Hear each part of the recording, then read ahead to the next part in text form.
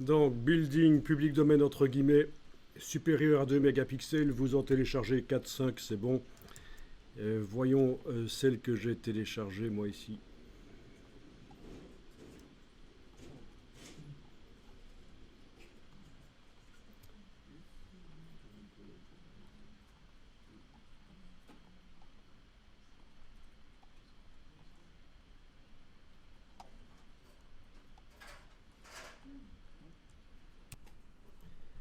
Bien, ce sont des images JPEG ici. Je vais les convertir en Photoshop en utilisant le processeur d'image. On a déjà utilisé le processeur d'image? Oui, il y a longtemps. Eh ben. Alors, menu, fichier, script, processeur d'image. Ben oui, je me souviens, c'est quand on avait étudié le traitement par l'eau. Fichier, script, processeur d'image. Et donc, je vais aller pointer le dossier en question et dire que je veux les transformer au format Photoshop.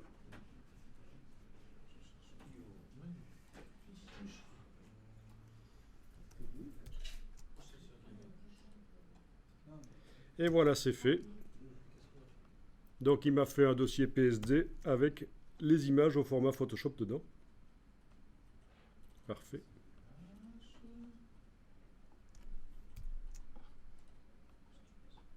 On fait juste sélectionner le dossier. Bien, vous pouvez ouvrir les images dans Photoshop. Ah oui, il demande chaque fois s'il faut préférer le profil incorporé. C'est ennuyeux, hein? On va automatiser ça. On va lui dire qu'il doit d'office préférer le profil incorporé. Dans le menu édition couleur,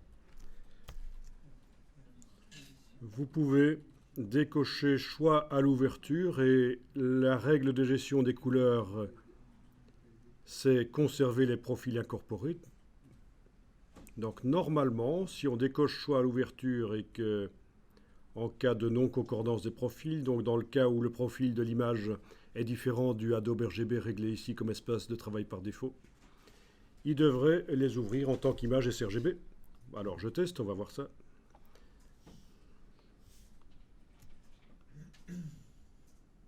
Ben voilà, là ça marche, en une fraction de seconde il les a ouvertes. Plus de messages. Donc édition couleur. Vous pouvez décocher choix à l'ouverture. À ce moment-là, c'est ici les règles qui entrent en jeu au moment de l'ouverture d'image.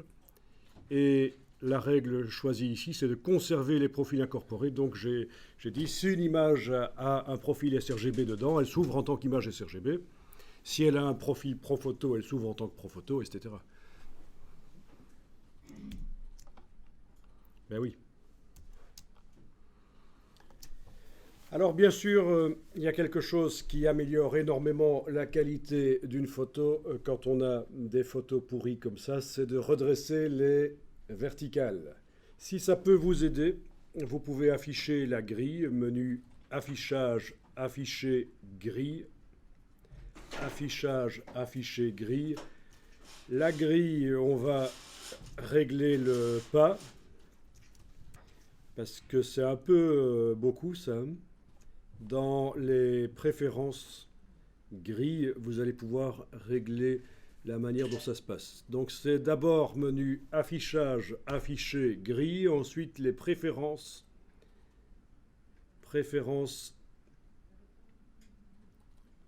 repère, grille et tranche. Voilà, grille, pas de 2 cm, c'est bon. Par contre, le nombre de subdivisions, c'est un peu too much. Je vais mettre une. Voilà, on voit derrière ce que ça donne. Ok.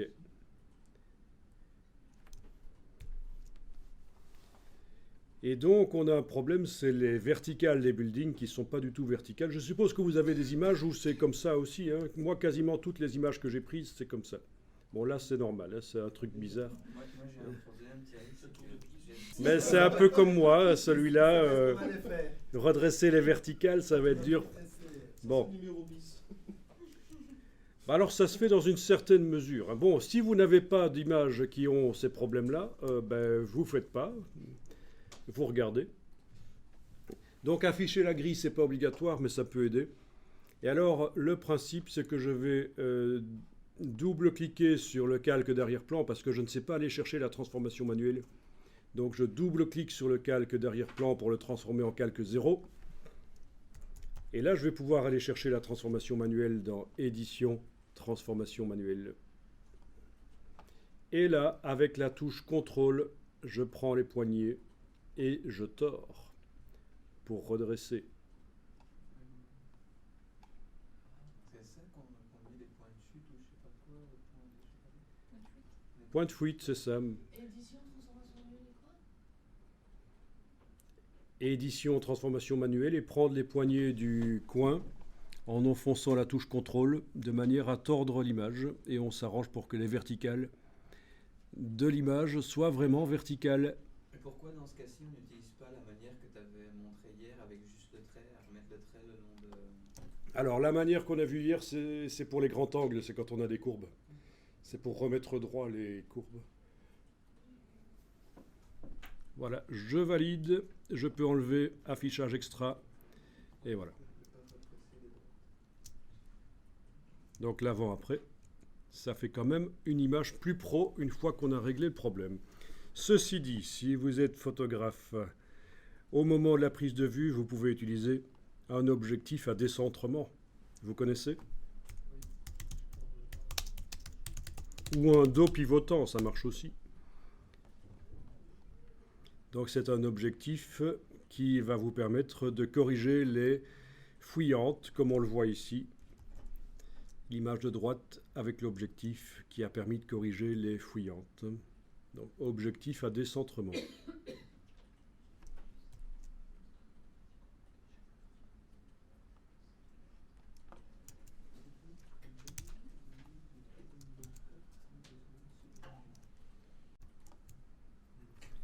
Ok, bon.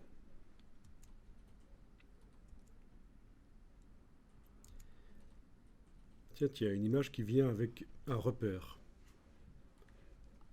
Affichage.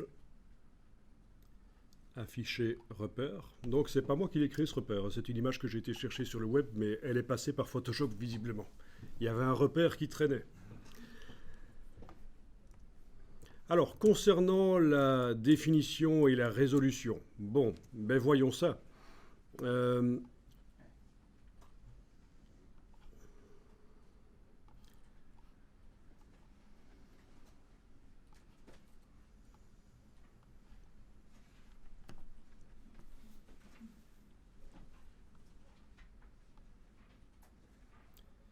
Voilà, le plus simple, plutôt que d'aller pour chaque image dans le menu Image, taille de l'image, demandez que la palette information vous montre les dimensions du document. C'est-à-dire dans menu Fenêtre, Information, vous allez dans le menu de la palette information jusque Options de panneau.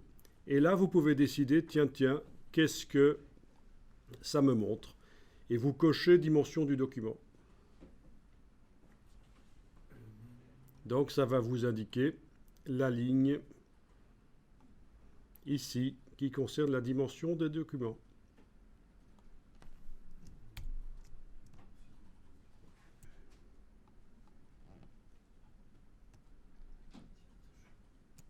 Oui, en plus de ça, vous pouvez indiquer,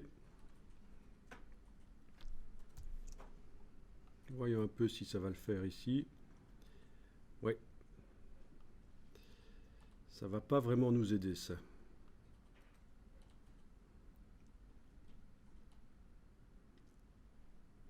Bon, ben déjà, c'est une première chose. La dimension du document, ça vous met la dimension en centimètres et la résolution. Pixels par pouce. Moi, tu vois, pour moi, résolution... Voilà, vous passez d'une image à l'autre avec la touche, les touches contrôle tabulation. Ça doit marcher sur PC aussi, hein, contrôle tabulation. Et vous voyez qu'on a donc pour toutes ces images des dimensions en centimètres et une résolution indiquée. Mais ça ne nous intéresse pas. Ça, c'est ce qui est indiqué dans le fichier de l'image qu'on a été chercher sur le web. Mais ce pré-réglage ne nous intéresse pas. Ce qui compte pour nous, c'est la définition d'image. D'accord? Bon, allons faire un petit tour. Vous en prenez une d'entre elles et vous allez maintenant dans Image, taille de l'image et on va manipuler un peu ça.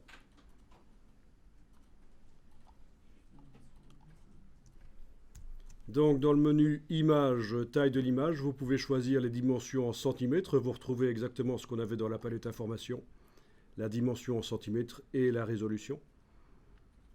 Vous allez décocher le rééchantillonnage parce qu'on ne veut pas modifier le nombre de pixels de l'image.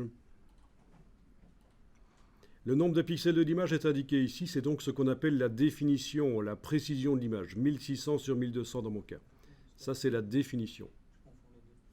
Voilà. Et alors, si vous imprimez en mettant beaucoup de pixels par pouce sur le papier, vous allez forcément avoir une image plus petite. C'est ça le principe. Vous avez décoché rééchantillonnage, vous pouvez tester. 300 pixels par pouce au lieu de 72. Je passe à une image de 13 cm sur 10 au lieu de 53 sur... Voilà. Ça, c'est pour l'imprimeur, en général. C'est ce qu'il faut pour avoir des images nettes dans les magazines sur l'impression. Pour une impression jet d'encre, 150 pixels par pouce, c'est suffisant. Imprimeur d'office 300? Imprimeur, c'est en général 300, mais c'est l'imprimeur qui va vous dire ce qu'il faut comme résolution pour les images. Donc ça veut dire que sur une jet d'encre, l'image va s'imprimer 2 fois plus grande en centimètres, puisque la densité des pixels est moins grande. Logique, hein? 300 chez l'imprimeur, ça fait 13 cm sur 10. 150 en jet d'encre, ça fait 27 sur 20. Ça va, c'est... On met 300 et qu'on met 3200 par 2400. Alors, ça c'est la suite. Je mets 300, j'ai une image de 13 sur 10. Ok, sauf que je voulais qu'elle s'imprime plus grande. Je vais à ce moment-là tricher et multiplier les pixels. Après avoir validé le 300 pixels par pouce, je retourne dans taille de l'image. J'enclenche le rééchantillonnage et peut-être même la nouvelle fonction d'agrandissement intelligent. Et j'indique que je veux, par exemple, qu'elle s'imprime à 20 cm sur 15. Et là, le nombre de pixels augmente. Ou diminue d'ailleurs. Si je dis non, finalement, 5 cm sur 3. Ton pixel ne grossira pas du fait que tu as choisi... Le nombre de pixels va être multiplié. J'annule et je retourne dans Image, taille de l'image. Regarde bien ici le nombre de pixels. 1600 sur 1200. J'enclenche le rééchantillonnage. Donc le moteur de multiplication et de division du nombre de pixels. Je reste à 300 pixels par pouce et je me dis, tiens, je veux avoir 20 cm. Regarde ce qui va se passer ici. On a augmenté le nombre de pixels dans l'image, forcément. Puisque la densité reste la même, mais j'ai plus de centimètres, donc il doit y avoir plus de pixels dans l'image. Tout ça est lié, en fait. Ok. Voilà. Ça devient un peu flou. Faut voir, j'avais aussi enclenché le lissage et c'était peut-être pas nécessaire. J'annule, je retourne, je remets 20. Je vais diminuer. Il y a une différence si on change, par exemple, quand on veut agrandir une image, ou en tout cas augmenter le nombre de pixels, est-ce qu'il y a une différence? Est-ce qu'il vaut mieux changer soit le nombre de... Quand on multiplie les pixels, en effet, l'image est retravaillée et on a des espèces d'auréoles autour des objets. Ça peut arriver. Hein. Qu'est-ce qu'il vaut mieux faire alors? Bon. Alors, j'enregistre le fichier enregistré. Je le ferme, je ferme les autres aussi. Vous avez vu qu'elles ont toutes des dimensions pré-réglées en centimètres et en résolution, mais on ne s'en occupe pas. Ce qui nous intéresse, c'est la définition. Et on va maintenant aller dans InDesign, faire une petite mise en page. C'est intéressant si vous voulez imprimer différentes images côte à côte, passer par un logiciel de mise en page, puisqu'il est dans la Creative Cloud. Vous allez forcément la voir, donc autant voir un tout petit peu comment il fonctionne.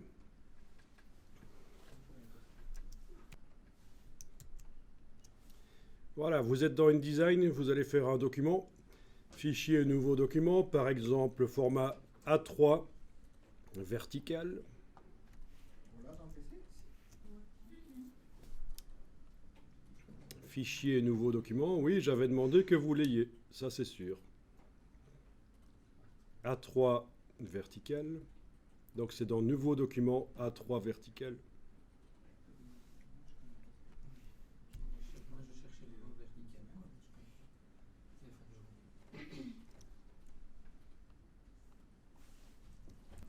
Quand vous prenez la flèche noire et vous cliquez sur la marge rose, est-ce que quelque chose apparaît? Donc avec l'outil flèche noire, quand vous cliquez sur la marge rose ici, vous voyez quelque chose qui apparaît? C'est parfait. Si vous voyez quelque chose, vous enfoncez la touche suppression pour le supprimer. C'est un bloc texte qui s'est mis sur les marges. Parce que parfois, quand on fait un nouveau document...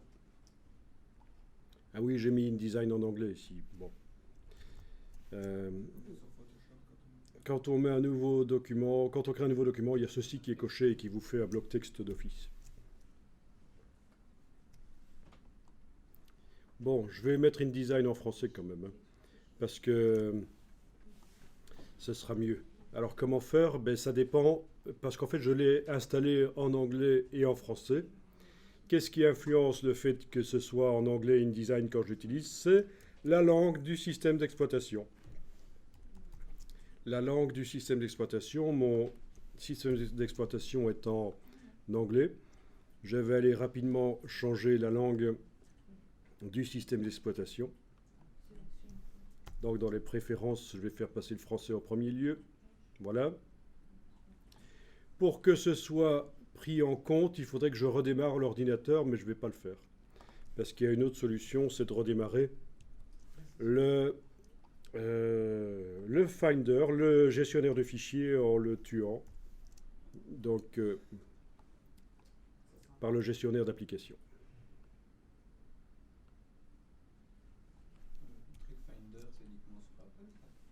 C'est ce qui correspond à l'explorateur de fichiers sur Windows. Voilà, donc il est en français. Et donc maintenant, quand je vais relancer InDesign, il devrait être en français, mon InDesign. Puisque c'est ça qui influence la langue du logiciel, c'est la langue du système d'exploitation, à partir du moment où vous avez installé le logiciel en plusieurs langues, évidemment. Ça, c'est par le gestionnaire d'application Adobe qu'on installe en plusieurs langues. Et voilà, comme prévu, j'ai mon InDesign en français maintenant. Donc ce sera plus sympa pour vous. Donc format A3 vertical.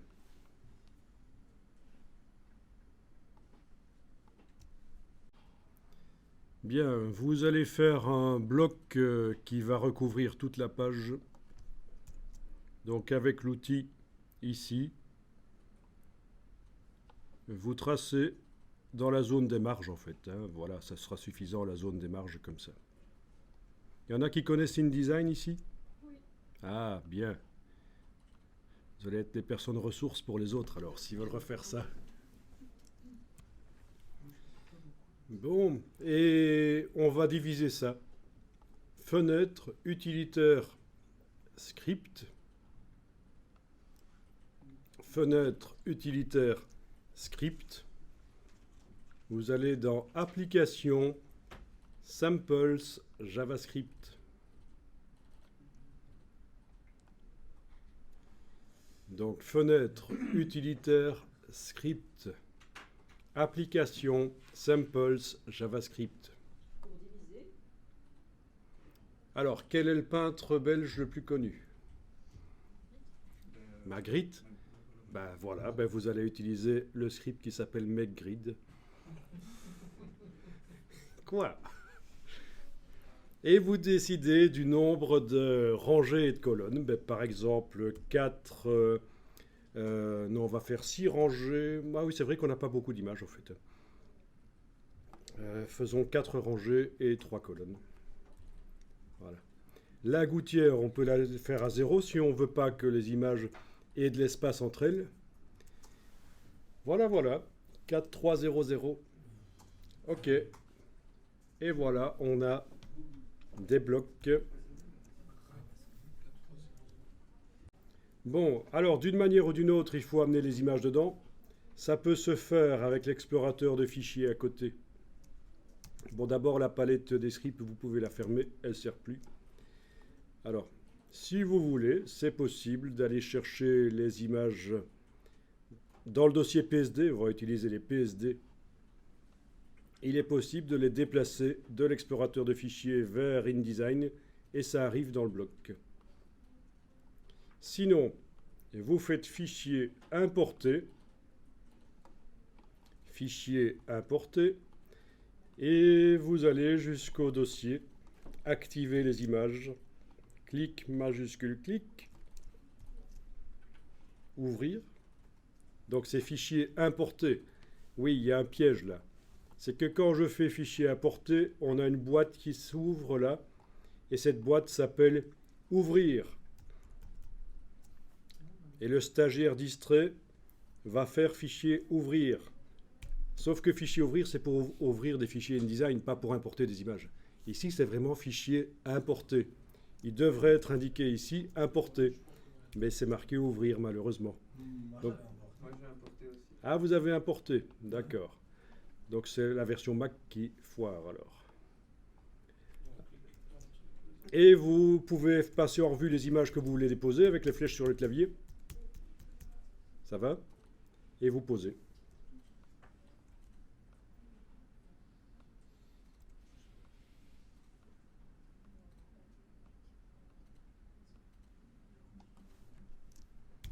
Voilà. Bon, j'ai plusieurs fois les mêmes, c'est pas grave. Bien, vous faites un CTRL A pour sélectionner tous les blocs et vous demandez Objet, Ajustement, Remplir le bloc proportionnellement. Objet, Ajustement, Remplir le bloc proportionnellement. Et à ce moment-là, les images remplissent les blocs.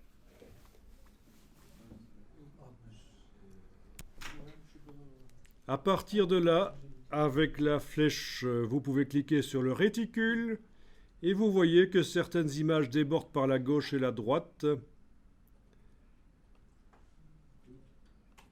ou par le haut et le bas, ça dépend des images.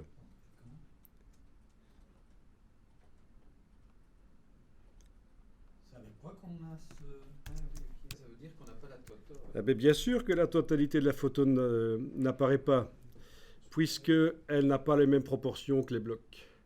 Elle dépasse par le haut ou le bas ou par la gauche et la droite. Et en faisant un cliquer glisser et en enfonçant la touche majuscule, on peut repositionner.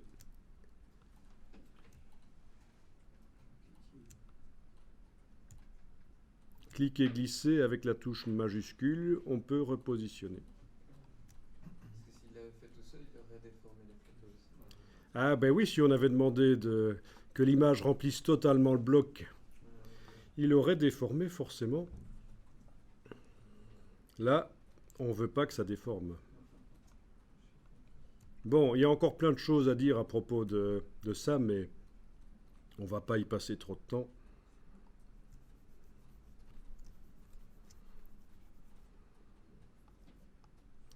C'est juste pour vous donner un avant-goût, que vous sachiez à quoi ça ressemble, ce que ça permet de faire.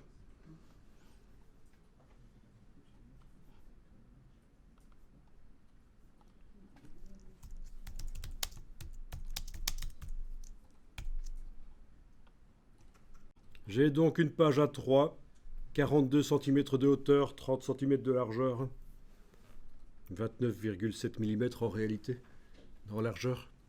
Une page A3 verticale. Et donc mes images ont une certaine dimension ici. Si vous cliquez avec la flèche noire sur le bloc, c'est indiqué là. Dans mon cas, c'est 90 mm sur 98.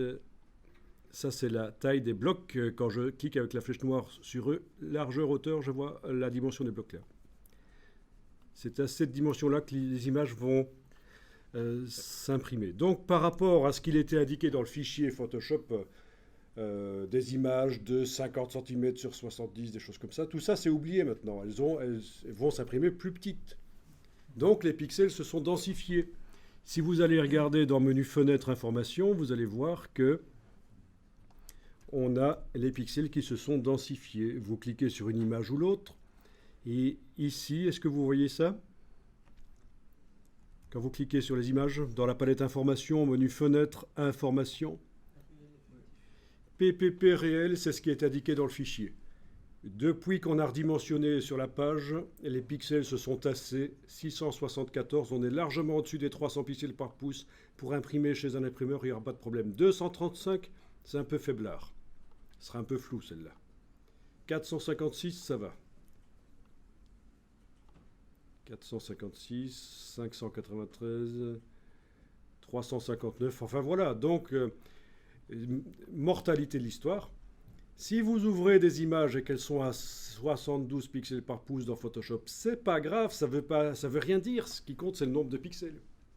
Parce que quand vous les redimensionnez dans InDesign, vous ne les imprimez pas trop grandes, les pixels se tassent et on est au-delà de 300 pixels par pouce, sauf pour certaines images, peut-être. Non, ben ici, on est quasiment... Toutes sont au-delà de 300 pixels par pouce. Vous comprenez le principe, hein? C'est le syndrome de la couette, je vous avais déjà expliqué. Vous avez une couette, vous la rentrez dans une armoire, vous poussez dessus pour qu'elle soit bien petite. Elle est toujours composée d'autant de matière qu'avant, mais la matière est plus dense. Ben, c'est le principe ici pour les images.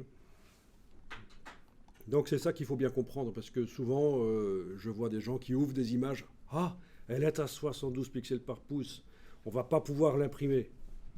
Mais absolument pas, simplement tu ne pourras pas faire un poster avec, quoi, peut-être. Il faut voir.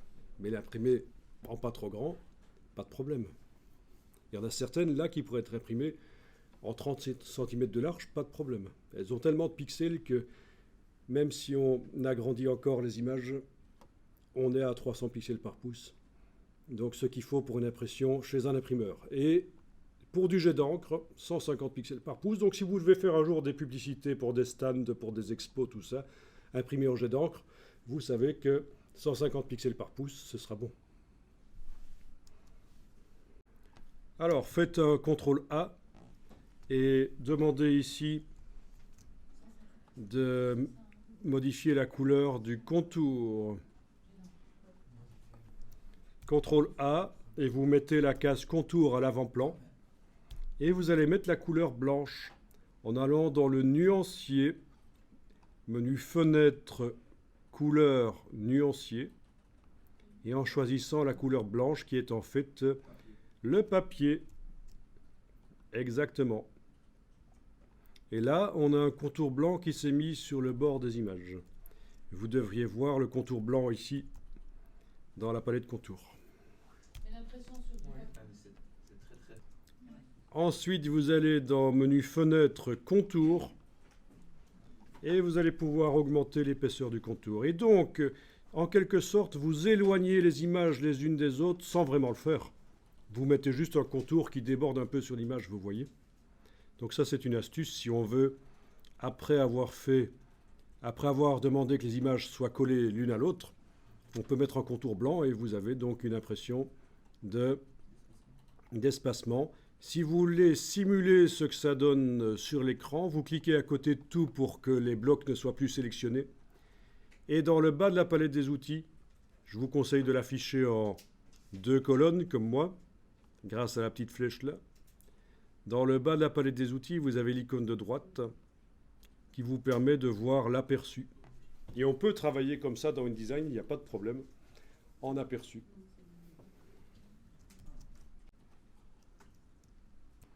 Alors, Alt roulette pour zoomer. Est-ce que vous remarquez que les images ne sont pas de bonne qualité? On a l'impression que c'est pixelisé. Je prends la petite main pour bouger maintenant. Voilà, on a l'impression que c'est pixelisé. Mais parce qu'en fait, ça c'est un gros piège de InDesign.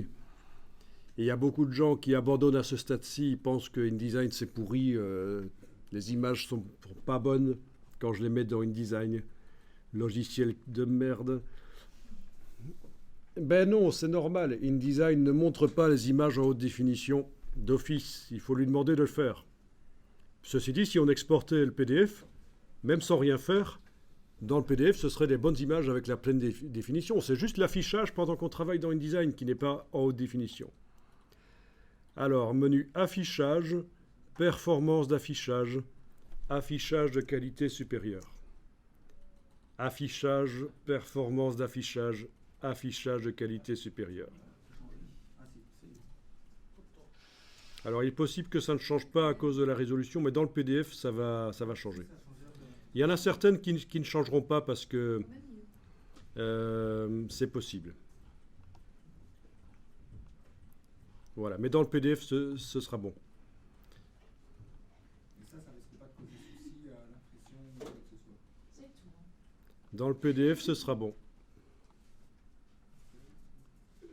Donc, ça n'a pas d'importance qu'au moment où vous exportez le PDF que vous allez donner à l'imprimeur ou le PDF que vous allez imprimer sur votre jet d'encre, ça n'a pas d'importance que ce soit enclenché ou pas, cet affichage haute définition, qui ne fonctionne pas avec certaines images parce que au niveau de la résolution, on est au-delà des limites, elles sont un peu extrêmes peut-être.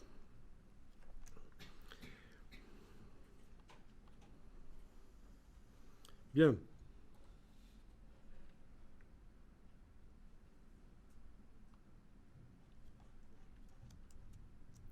Alors, vous allez faire ceci maintenant. Regardez, je le fais ici.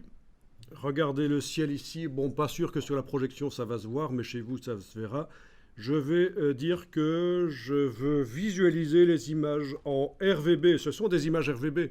Mais pour l'instant, dans le menu édition, espace de fusion des transparences, il est indiqué que ce sont des images CMJN que je suis en train de visualiser. Je précise que c'est du RVB. Et les couleurs vives des images reviennent. Ben oui, parce qu'en fait, InDesign, vous simulez une impression sur papier, donc forcément avec une perte de luminosité. Et c'est là que ça se règle, en fait. Édition, espace de fusion des transparences, espace RVB du document. Vous devriez remarquer que les couleurs vives redeviennent vives quand vous faites ça. Je pense que même il s'agrandit. Il a fait quelque chose de bizarre. Non, ça ne doit pas agrandir les images, le fait de faire ça. Alors, n'oubliez pas d'enregistrer votre document de temps en temps. Alors, je ne vais pas vous dire trop de choses ici. Il ne s'agit pas d'apprendre à utiliser InDesign, il s'agit juste de toucher un peu pour voir ce que ça permet de faire et quelle est un peu la philosophie. Donc, enregistrez le document InDesign, de préférence à côté, enfin dans le dossier, là. Oui.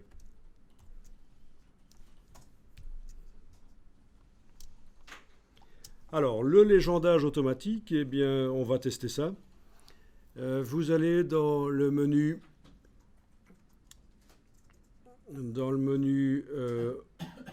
Objet, légende, format des légendes. Objet, légende, format des légendes.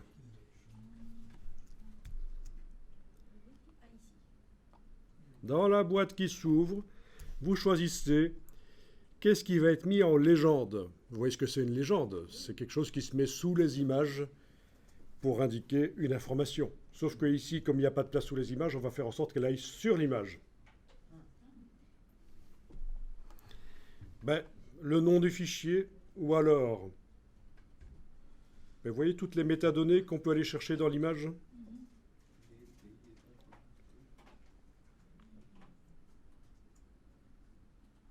Bon, ben, commençons par le nom. Donc,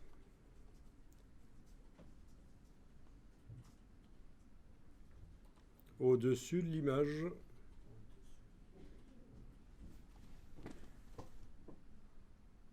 on va faire un décalage de 5 mm. On va voir ce que ça donne, hein. On va tester. Si ça ne convient pas, on changera. Style de paragraphe. Vous allez demander nouveau style de paragraphe. Ici. Style de paragraphe, vous demandez nouveau style de paragraphe.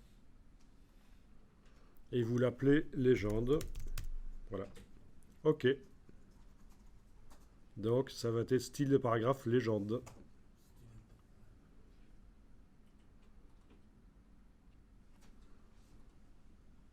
Bon, OK. Ça, c'était le format de légende. Donc, dans Objet, Légende, Format des légendes. Alors je ne sais pas si ça va être bon ou si c'est pas bon, j'irai modifier. C'est donc alignement au-dessus de l'image, décalage 5 mm, style de paragraphe légende. Je sélectionne une image en cliquant sur elle, sur le bloc en fait, hein, pas sur le centre. Donc il ne s'agit plus de modifier en fait le contenu du bloc, mais bien le bloc. Si vous avez ceci qui apparaît en brun, vous cliquez à côté et vous cliquez sur le bloc n'importe où, sauf sur le rond central. Et vous double-cliquez pas, sinon ça revient au même, vous travaillez sur l'image à l'intérieur. Donc c'est bien ceci, un bloc en bord bleu qu'on a. Et on va demander objet, légende, générer une légende dynamique.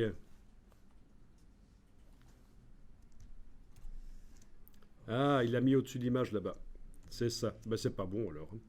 Ok, vous sélectionnez le bloc et vous le supprimez. On va réessayer ça.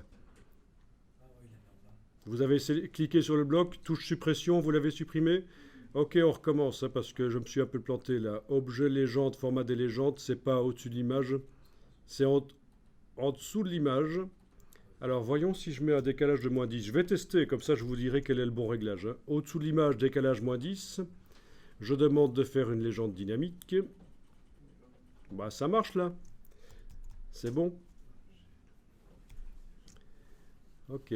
Donc voilà ce que vous allez faire. On le fait ensemble. Objet, légende, format des légendes. Vous choisissez au-dessous de l'image avec un décalage de -10. Style de paragraphe, légende. On est bon là? Ok. Vous sélectionnez tous les blocs, CTRL A, et finalement on ne va pas faire une légende dynamique parce qu'on a un petit problème. On va faire objet, légende, générer une légende statique. Voilà, c'est bon.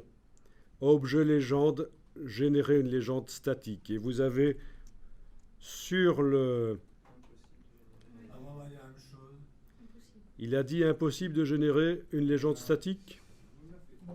Vous avez sélectionné vos blocs, CTRL A. Ouais, en bleu, ouais. Ouais, avec CTRL A et faire objet, légende, générer une légende statique. Il n'a pas voulu? Non, ben je vais faire là. Parce que il n'a pas mis les photos dans tous ces carrés. Mais non, j'ai fait. Ah, il a dynamique et ça porte le nom de l'image à Ouais. chaque fois? Parfait, parce que chez moi ça marchait pas, il y avait un petit problème. Donc c'est pour ça que j'ai C'est la dit... même chose que vous, mais Parfait, alors si tu as ça, c'est bon. Alors on peut enregistrer le document sous un nouveau nom. Et dernière opération qu'on va faire, on va modifier l'aspect des titres. C'est parce que vous n'aviez pas de photo dans certaines que ça vous a mis un message d'erreur. En faisant CTRL A, bah, efface forcément. il s'est Ah, pas d'accord, d'accord. En tout cas, voilà, vous avez une légende, elle n'a juste pas l'aspect qu'il faut. Mais c'est pas grave, on va modifier ça. Et c'est la dernière chose qu'on fera ici, comme ça. Et puis on ira dans Bridge modifier les métadonnées quand même. Ça c'est intéressant. Bon, vous cliquez à côté de tout, rien n'est sélectionné. On va arriver à modifier les titres sur toutes les photos parce qu'on leur a mis un style de paragraphe qui s'appelle légende. Donc on va les télécommander à distance, modifier leur aspect à distance. C'est le principe du style. Style de paragraphe, dans Word, vous connaissez peut-être. Hein, on a un style, ça permet de modifier tout le document sans devoir aller chipoter sur chaque paragraphe. Alors on y va, menu texte, style de paragraphe. Vous avez bien cliqué à côté de tout, rien n'est sélectionné. Dans menu texte, style de paragraphe, vous double-cliquez sur légende. La case aperçue en bas à gauche, elle est cochée. Si ce n'est pas le cas, vous la cochez.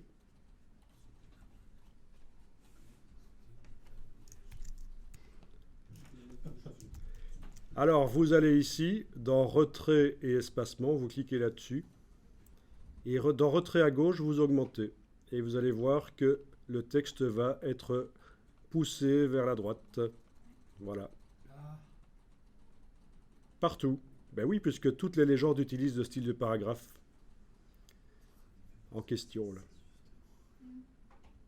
Je disais, ça me fait penser au CSS, parce qu'on discutait de CSS. Ben oui. Le CSS, c'est un style, comme son nom l'indique, hein. Alors, vous allez dans couleur des caractères et vous allez indiquer que vous voulez du blanc comme couleur de fond du texte. Blanc, c'est d'office papier.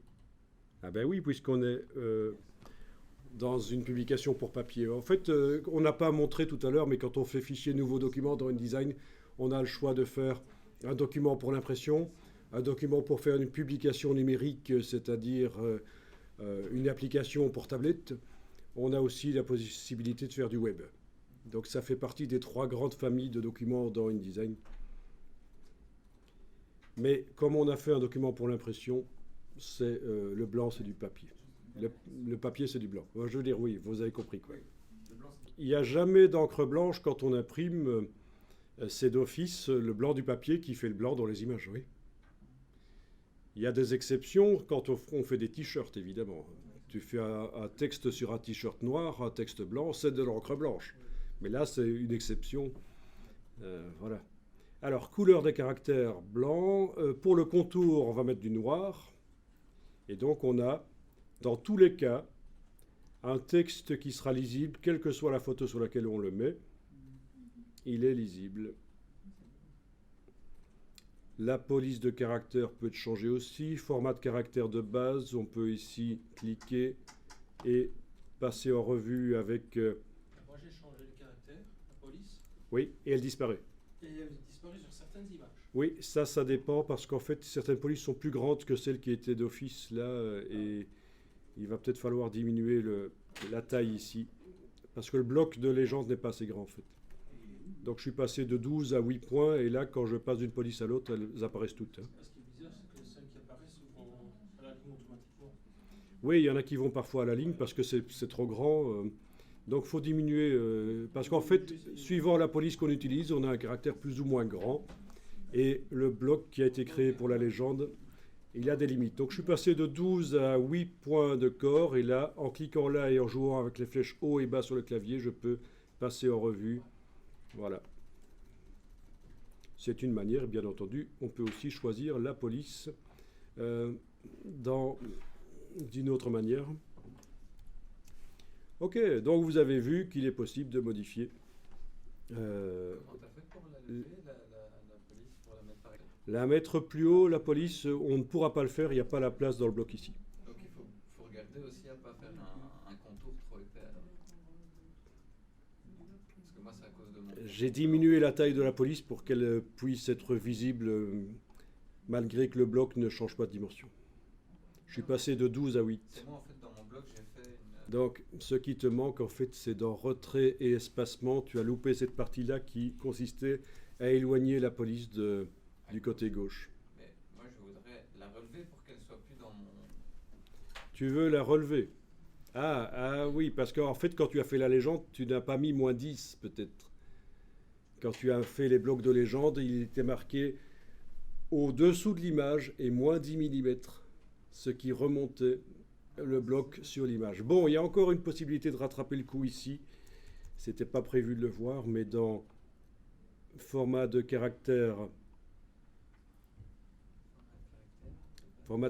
avancé, en jouant sur le décalage vertical, tu vas pouvoir faire sortir la police de son bloc. Ah ben voilà, c'est ça que je cherchais justement. Mais c'était pas prévu, hein. Là, c'est quand même bizarre parce que la police est, comment dire, en dehors de son bloc. Mais tu ne le verras pas à l'impression. Non, ça ne se verra pas à l'impression. Il y a juste un truc, c'est que le débutant qui va vouloir sélectionner le texte, Ah oui, il va essayer d'aller là, alors que la police, elle est toujours elle est toujours en dessous. Bon.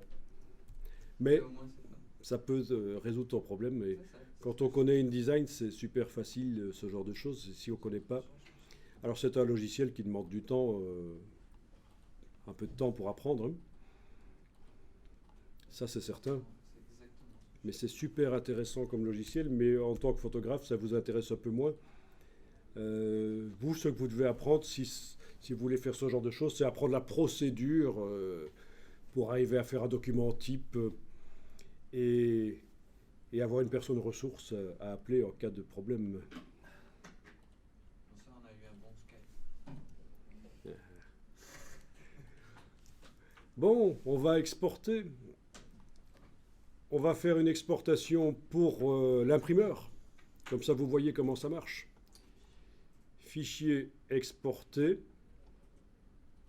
Adobe PDF impression. Donc ça vous fait un document PDF qui porte le même nom que le document InDesign, mais sauf que c'est .pdf. Le fait de le mettre en impression. Alors, le PDF interactif, c'est quand on veut mettre des liens, des vidéos, du son. C'est complètement différent, c'est des choses à voir sur écran. Voilà. Ok, alors ici, dans compression, vous avez, donc dans la boîte exportée au format Adobe PDF, compression, vous avez ici le sous-échantillonnage bicubique, c'est-à-dire la meilleure méthode pour réduire le nombre de pixels. Et ça va réduire dans le PDF les images à 300 pixels par pouce. Vous avez vu qu'il y en a certaines qui sont à 900, d'autres à 600, etc. Dans le PDF, elles vont être à 300. Enfin, toutes les images qui sont en tout cas au-delà de 450. Si vous voulez que toutes celles qui soient au-delà de 300 passent à 300, ben vous mettez 300 ici.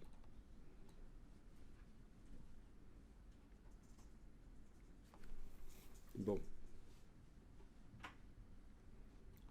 Repères et fonds perdus, vous cochez tout.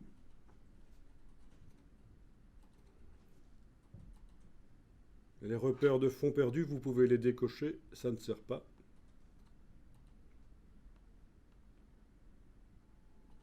Le fond perdu, je ne vais pas expliquer ce que c'est ici. On fait un truc rapide. Sortie. C'est là que vous allez décider que vous convertissez les images RVB en CMJN. Vous allez faire un PDF CMJN pour l'imprimeur avec le profil qu'il va vous indiquer quand vous choisissez convertir vers la destination. Ça vous rappelle quelque chose, ça? Fogra 27, 39, ça dépend du type de papier que vous avez choisi. Voilà. Convertir vers la destination. Ça, c'est pour faire un PDF CMJN pour l'imprimeur. Donc, jusqu'à la mise en page, vous pouvez utiliser les images RVB. Il n'y a pas de problème, puisque au moment de l'exportation, vous pouvez dire que vous convertissez en CMJN. Si c'est pour imprimer sur une jet d'encre, vous ne faites pas ça. Si c'est pour imprimer en jet d'encre, vous allez peut-être faire une conversion vers sRGB. Ou pas conversion du tout. sRGB ici, voilà.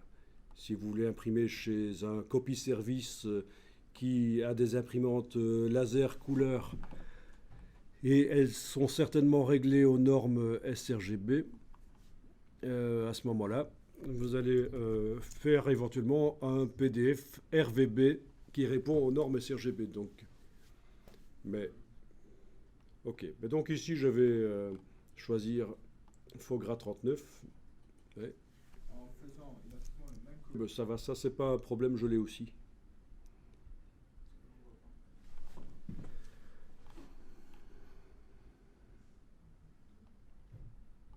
Voilà. Là, c'est en 29 que vous êtes. Non, mais ça va marcher. En 39. Ok, ben on va pouvoir exporter. Exporter. Ok. Vous faites en Fogra 39, c'est bon. Exporter, et donc le PDF est en train d'être généré en arrière-plan. C'est fait. Je regarde maintenant mon PDF. Il est là, dans le dossier. 6,5 mégas. Je double-clique sur lui. Ça s'ouvre dans un logiciel de lecture de PDF, comme Acrobat Pro. Et vous avez votre document pour l'imprimeur avec tout ce qu'il faut, c'est-à-dire les traits de coupe, les gammes de contrôle couleur, les petites cibles pour que les encres se superposent parfaitement au millième de millimètre près. Voilà, voilà. Et quand on zoome, normalement, on devrait remarquer que les images sont de qualité. comme prévu, hein, y compris celles qui s'affichaient mal dans InDesign. Celle-là, voilà, par exemple. Celle-là, tout à l'heure, dans InDesign, c'était un peu pourri, mais là, ça marche.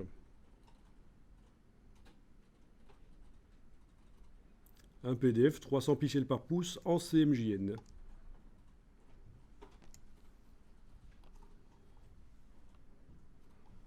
Avec des légendes automatiques. C'est le nom d'image, donc c'est ce que j'avais choisi.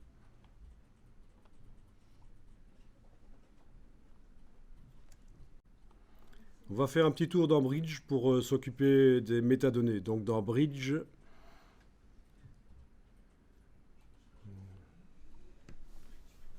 on l'a déjà utilisé une fois pour faire en sorte que tous les logiciels de la Creative Suite utilisent les mêmes paramètres couleurs. Et on va l'utiliser maintenant pour créer un modèle de métadonnées. Donc, dans Bridge, vous allez dans Outils, créer un modèle de métadonnées.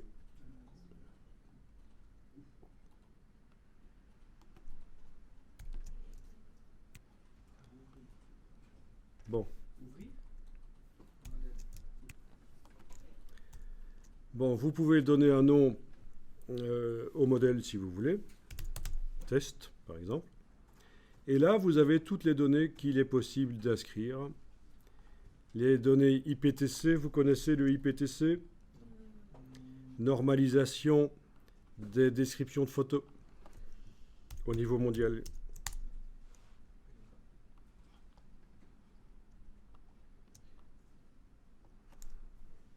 Voilà. Structure et jeu d'attributs de métadonnées applicables à des fichiers texte, des images et d'autres types de médias.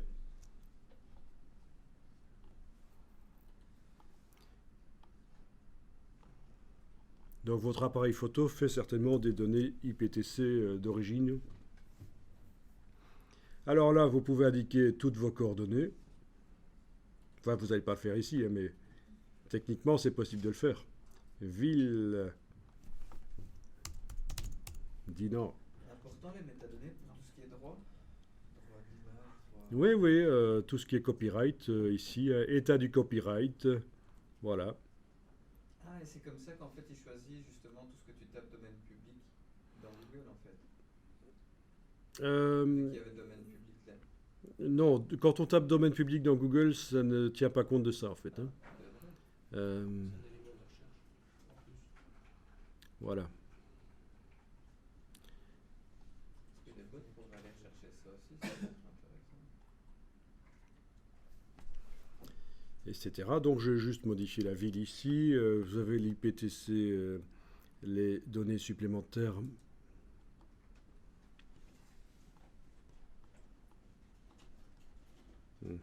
Emplacement de création d'image. Il y a des choses que je ne connais même pas moi-même, il faut que je creuse encore l'histoire.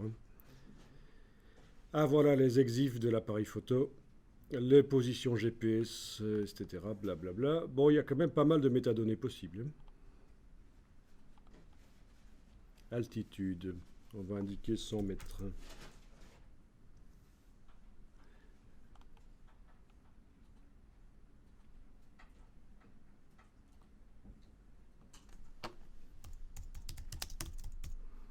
Vous mettez ce que vous voulez, c'est un modèle de métadonnées. Et alors on va maintenant l'ajouter. Voilà, oui. On va l'ajouter aux photos. Donc il faut aller voyager jusque... Ben, vous avez un onglet dossier, vous l'avez là? Onglet dossier. Bon, sinon pour avoir le dossier rapidement, vous pouvez aussi au départ de l'explorateur de fichiers, déplacer votre dossier dans Bridge.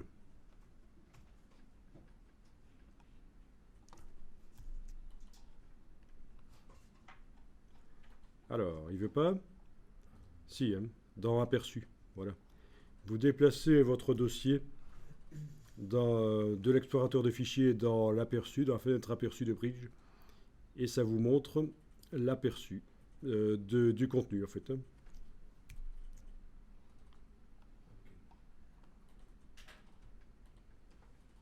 On dépasse quel dossier? Le dossier dans lequel vous avez mis les images qu'on a travaillées précédemment. les buildings. Donc dans ce dossier, j'ai les JPEG originales, puis j'ai un dossier PSD. Ben, je peux double-cliquer dedans pour rentrer dedans. Voilà, ça ce sont les PSD que j'ai utilisés dans InDesign.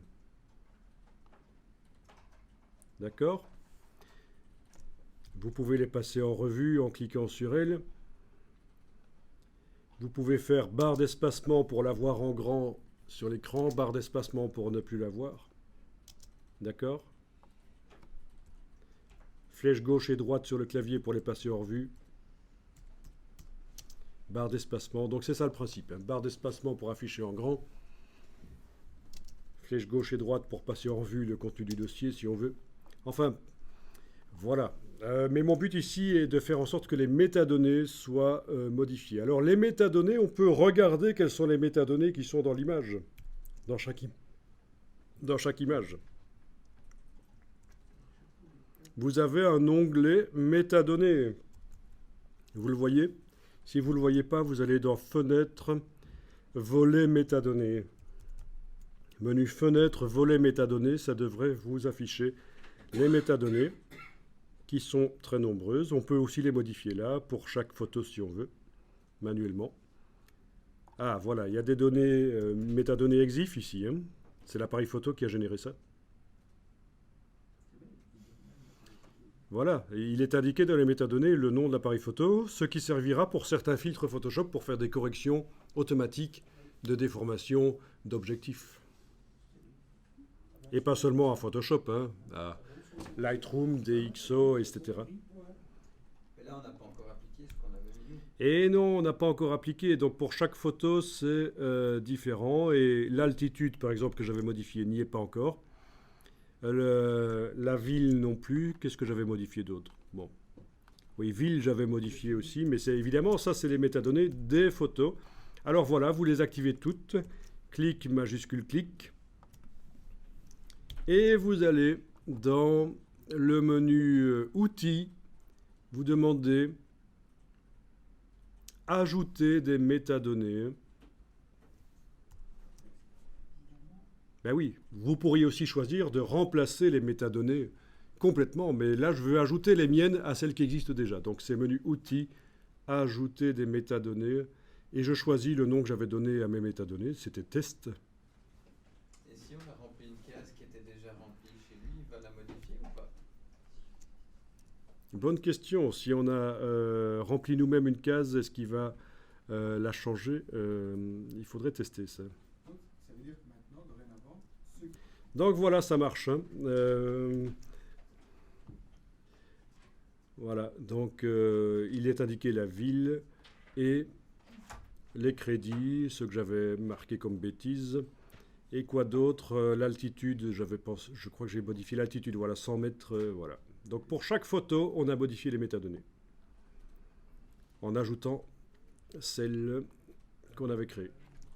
Et donc, si vous voulez faire une légende qui utilise ces métadonnées, dans InDesign, c'est possible. Vous avez le modèle de légende. À la place d'utiliser le nom de l'image, vous pouvez utiliser le créateur de l'image, la position GPS, tout ce que vous voulez, et ça va vous faire un bloc de légende qui contient toutes ces informations.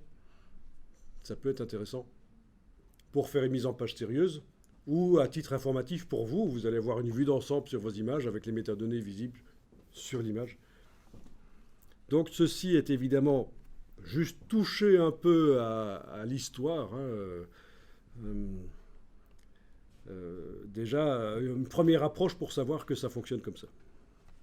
Voilà, quand vous ouvrez n'importe laquelle de ces images dans Photoshop, vous pouvez aussi visualiser les métadonnées, bien entendu, dans Photoshop. Excusez-moi. Voilà, donc dans Photoshop, fichier information, ce sont les métadonnées.